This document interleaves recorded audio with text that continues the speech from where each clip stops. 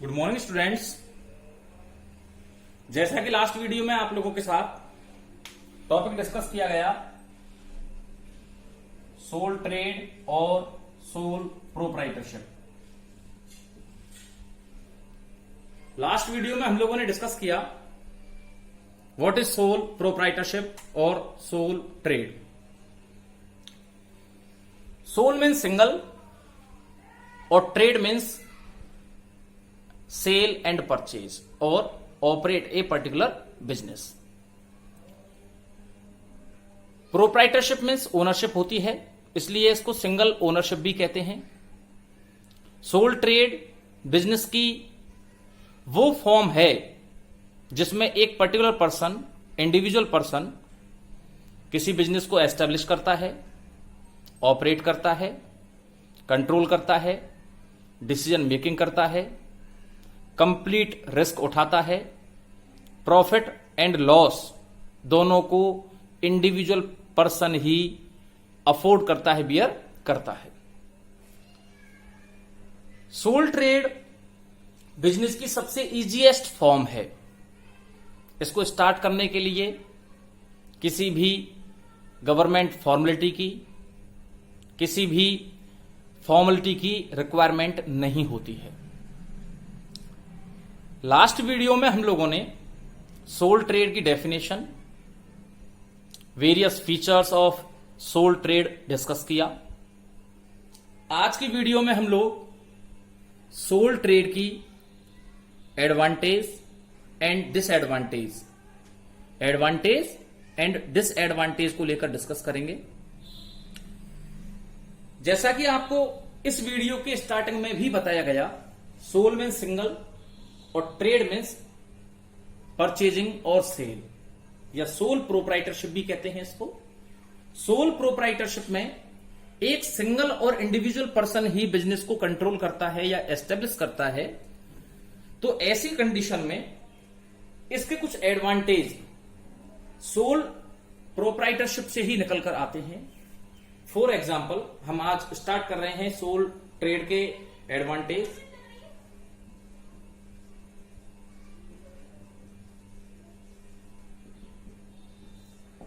Advantages of sole trade. पहला point है easy to start business. According to me और according to thinkers, सबसे simplest form जो है वो सोल ट्रेड है। It means there is no boundation to fulfill any type of legal formality, official formality.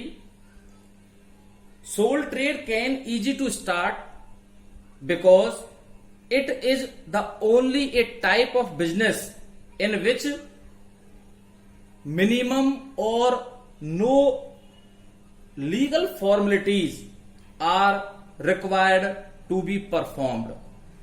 It means किसी भी soul trade को start करने के लिए आपको कोई लीगल फॉर्मेलिटीज फुलफिल नहीं करनी होती है, परफॉर्म नहीं करनी होती है।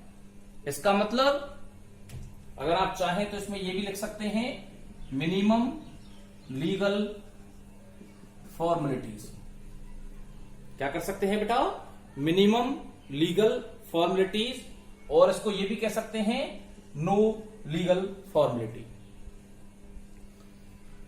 देखिए, अगर बात करेंगे कंपनी की, कोऑपरेटिव सोसाइटी की, पार्टनरशिप की, तो उन सब में कहीं ना कहीं, जैसे कंपनी में बहुत बड़ी मात्रा में, बड़ी क्वांटिटी में लीगल फॉर्मेलिटीज होती हैं, जैसे कंपनी का प्रमोशन, कंपनी का रजिस्ट्रेशन, कंपनी के लिए ट्रेड स्टार्ट करने के लिए आपको लाइसेंस और सर्टिफिकेट लेना होगा। सोल ट्रेड में ऐसे प्रोसीजर्स नहीं रखे गए हैं। आप सोल ट्रेड बिना किसी लीगल फॉर्मेलिटी के, बिना किसी परमिशन के, बिना किसी लाइसेंस और सर्टिफिकेट के आप इजीली स्टार्ट कर सकते हैं। क्लियर? सेकंड पॉइंट आता है क्विक डिसीजन मेकिंग।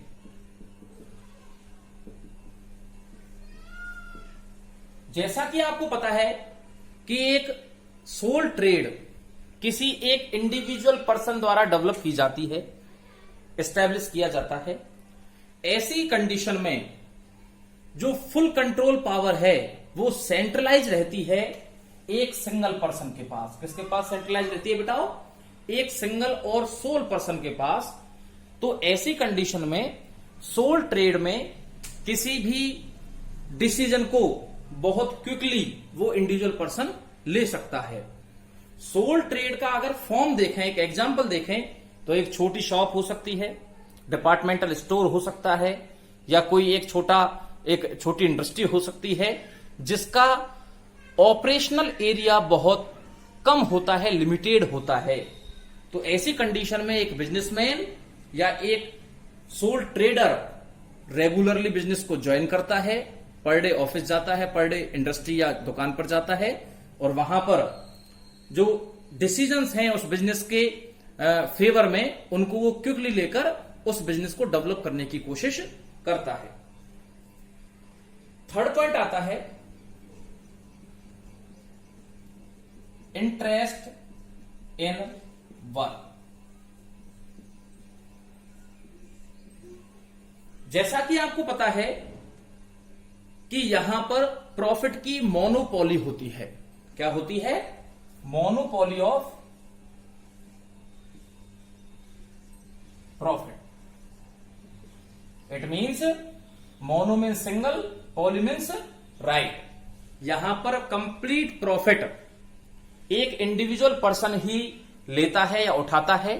ऐसी कंडीशन में जब वो अपना प्रॉफिट किसी दूसरे पर्सन के साथ शेयर नहीं कर रहा है तो वह उस काम को करने में फुली इंटरेस्टेड होगा, क्योंकि उसे अपना प्रॉफिट अपने वर्क के बदले जो उसको रिटर्न मिला है उसको किसी के साथ शेयर नहीं करना है, जिससे कि उसका जो वर्क में इंटरेस्ट है वो हाईली इंक्रीज होगा। क्लियर? इसके बाद फोर्थ पॉइंट आता है इकोनॉमी। इकोनॉमी का मतलब क्या होता है? जैसा कि आपको कैरेक्टरिस्टिक्स में बताया जा चुका है कि एक सोल ट्रेड अनलिमिटेड लायबिलिटीज उठाता है। क्या उठाता है? अनलिमिटेड लायबिलिटी उठाता है। ऐसी कंडीशन में वो हमेशा ये चाहेगा कि उसके बिजनेस में जो इन्वॉल्व रिस्क है, क्या इन्वॉल्व है? रिस्क इन्वॉल्व है, उस रिस्क को कैसे रिड्यूस करे, कैसे कम करे। तो इसका मतलब वो क्या करेगा कि वो जितने भी मिसयूज ऑफ वेल्थ है या फिर कोई भी ऐसी चीज जो लॉस का कारण बन सकती है उनको कम से कम करने का प्रयास करेगा। इसका मतलब क्या समझते बेटाओ? कि वो जो उसके पास रिसोर्सेज हैं उनका ऑप्टिमम यूटिलाइजेशन लेने के लिए कार्य करेगा। बात क्लियर होगी बेटाओ? इसके बाद फिफ्थ पॉइंट आता है सीक्रेसी। ये पॉइंट बहुत इजी है। जैसा कि आप जानते हैं कि यहां पर एक सिंगल पर्सन ही बिजनेस को स्टार्ट करता है, सारे डिसीजंस खुद ही लेता है। तो यहां पर कोई भी इंफॉर्मेशन उसे किसी सेकंड पर्सन के साथ, किसी दूसरे पर्सन के साथ शेयर करने की रिक्वायरमेंट नहीं होती है। इसलिए इस बिजनेस में proper security of information, proper secrecy of information भी बनी रहती है। क्लियर? इसके बाद अगला पॉइंट आता है freedom of business.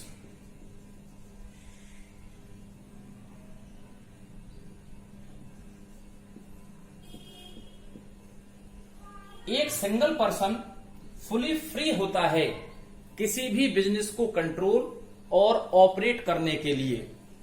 Soul trade में एक सिंगल बिजनेसमैन हमेशा कंट्रोलिंग पावर अपने पास रखता है, इसलिए वो अपने बेसिस पर कोई भी बिजनेस को डिजायर्ड बिजनेस को सेलेक्ट कर सकता है ऑपरेट करने के लिए, या कोई भी अपनी मर्जी से कोई भी बिजनेस ओपन कर सकता है। और उसको इजीली ऑपरेट भी कर सकता है।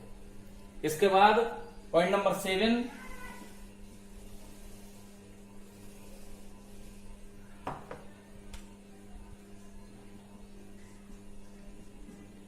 Full control.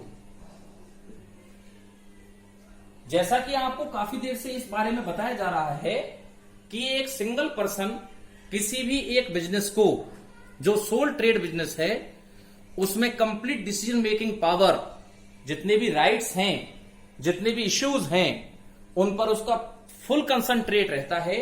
इसलिए वो बिजनेस की सारी एक्टिविटीज को इजीली कंट्रोल कर सकता है, फुली कंट्रोल कर सकता है।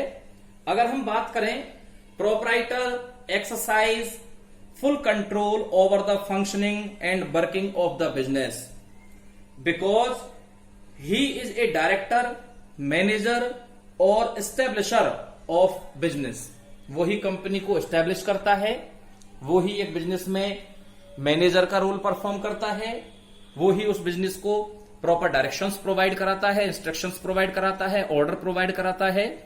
ऐसी कंडीशन में उस बिजनेस पर उसका फुली कंट्रोल रहता है, किसी दूसरे का उसमें कोई इंटरफियरेंस नहीं रहता है। इसके बाद अगला पॉइंट आता है इजी टू बोरो फंड्स। देखिए बेटा, easy to borrow funds, borrow means होता है दूसरे से पैसा उधार लेना। जैसा कि आप जानते हैं कि सोल ट्रेड, देखिए यह आपको ध्यान देने वाली बात है बेटा, सोल ट्रेड और बिजनेस जो एस्टेब्लिश कर रहा है, सोल ट्रेड को जो एस्टेब्लिश कर रहा है, तो मैं इसको दो पार्ट में बांट दूं, एक तो फर्म या सिंगल बिजनेस और दूसरा है इसका एस्टेब्लिश मीन्स ओनर। ये दोनों एक ही हैं। क्या हैं? दोनों एक ही हैं। इसका मतलब क्या है बेटा कि अगर बिजनेस में लॉस जाता है तो ओनर को चाहे बिजनेस की प्रॉपर्टी से पे करे या चाहे वो अपनी इंडिविजुअल पर्सनल या पर्सनल प्रॉपर्टी से उसको पे करे, उसको बिजनेस का वो लॉस पे करना होगा, बोरो फंड पे करने होंगे, डेप्ट पे करने होंगे। इसका मतलब यहां पर ओनर का जितना क्रेडिट है मार्केट में, वो ओनर अपने बेसिस पर कितना भी पैसा मार्केट से बोरो कर सकता है, उधार ले सकता है क्रेडिट पर। क्लियर? तो इसका मतलब क्या है बेटा कि एक बिजनेसमैन जो सिंगल ट्रेडर है या सोल प्रोप्राइटर है, वो अपने क्रेडिट के बेसिस पर सामने वाले से बहुत इजी वे में विदाउट एनी फॉर्मेलिटी पैसा कलेक्ट कर सकता है, फंड्स बोरो कर सकता है। इसके बाद अगला पॉइंट आता है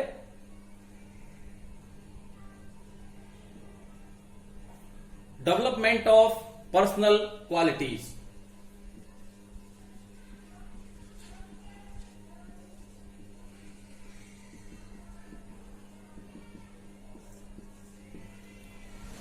The development of personal qualities are possible in sole trade organization.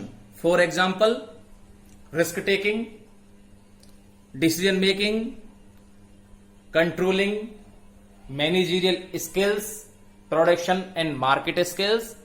ये सारी चीजें एक सिंगल ट्रेडर इजीली अपने आप में डेवलप कर सकता है। इसके पीछे कारण क्या है बेटाओ कि जब उसे एक बिजनेस को ऑपरेट करना है, प्रॉफिट और लॉस खुद को ही उठाना है, तो ऐसी कंडीशन में वो खुद ही ऐसी डिसीजन मेकिंग करेगा जिससे कि उसे लॉस नहीं हो। ऐसा करने से धीरे धीरे उसकी जो पर्सनल क्वालिटीज हैं, उसकी जो पर्सनल स्किल्स हैं, वो तेज गति से क्या हो जाएंगी बेटा? डेवलप होंगी, स्पीडली डेवलप होंगी। क्लियर? और इसके बाद लास्ट पॉइंट आता है सोशल इंपॉर्टेंस। देखिए बेटा, जैसा कि आपको पता है कि मार्केट में एक बहुत बड़ा कंपटीशन, टफ कंपटीशन विद्यमान है, अवेलेबल है, प्रेजेंट है। ऐसी कंडीशन में प्रत्येक व्यक्ति को गवर्नमेंट जॉब ऑब्टेन हो जाए, पॉसिबिलिटीज कम है।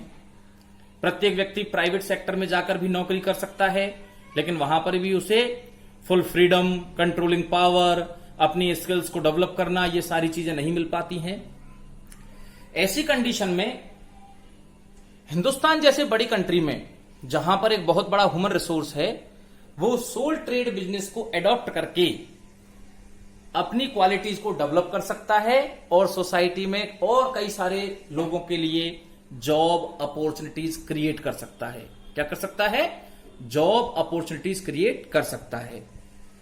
सोल ट्रेड में एक बिजनेसमैन और इंडिविजुअल पर्सन अपनी क्वालिटीज को डेवलप भी कर सकता है और वो धीरे धीरे उस बिजनेस को क्या कर सकता है? अपग्रेड भी कर सकता है।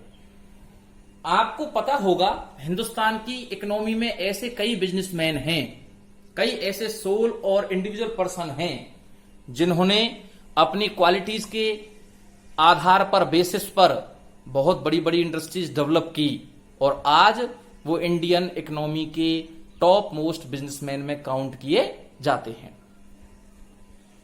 सोल ट्रेड का सोशल इंपोर्टेंस अपने आप में एक बहुत बड़ी बात है। The sole proprietorship form of organisation is even socially desirable and essential because it provide independent employment opportunities and way of life.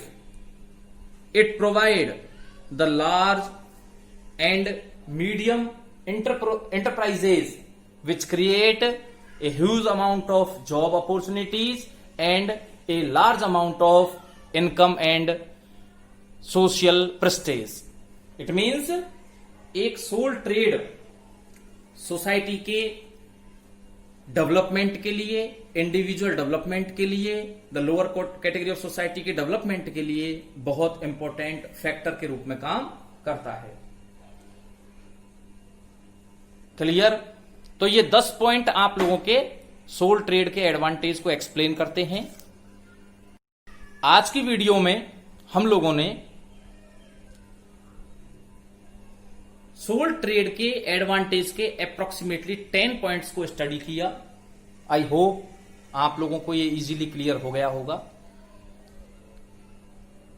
किसी भी पॉइंट में दिक्कत होने पर आप मुझे कॉल कर सकते हैं, मैसेज कर सकते हैं और मैं उसका आप लोगों को तुरंत सॉल्यूशन क्लियर करूंगा। धन्यवाद।